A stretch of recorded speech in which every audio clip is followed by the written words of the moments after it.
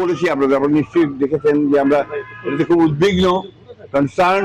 বিশেষ আমরা মনে করি এটা সরকারের একটা ব্যর্থতাই বলবো যে তারা অস্ত্র উদ্ধার করতে পারেনি, এবং এখন পর্যন্ত আইন শৃঙ্খলা পরিস্থিতি সেই রকম একটা উন্নত হয়েছে বলে আমার কাছে মনে হয় না। তবে আমি আশাবাদী, আমি মনে করি যে এই নির্বাচন চলাকালীন সবাই সেটা ইমপ্রুভ করবে আরো, এবং একটা ভালো অবস্থায় আসবে। ক্রিকেট কন্ট্রোল বোর্ডের মেম্বারও ছিলাম, এখন ক্রিকেট খেলি না, রাজনীতি করি। তো এই ক্রিকেটের ব্যাপারে আন্তর্জাতিক রাজনীতির প্রশ্ন জড়িত আছে, আমাদের দেশের সম্মান জড়িত আছে। নিঃসন্দেহে আমাদের একজন ক্রিকেটারকে অপমান করা হয়েছে, আমরা মনে করি এটা আমাদের দেশকে অপমান করা হয়েছে।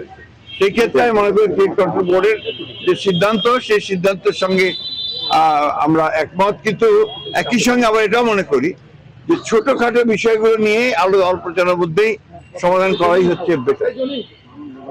এখন পর্যন্ত তো নির্বাচন ভালোই মনে হচ্ছে, আর নির্বাচনের পরিস্থিতি বোঝা যাবে যখন আপনার শুরু হবে প্রচারণা, তার আগে কিন্তু বোঝা যাবে না।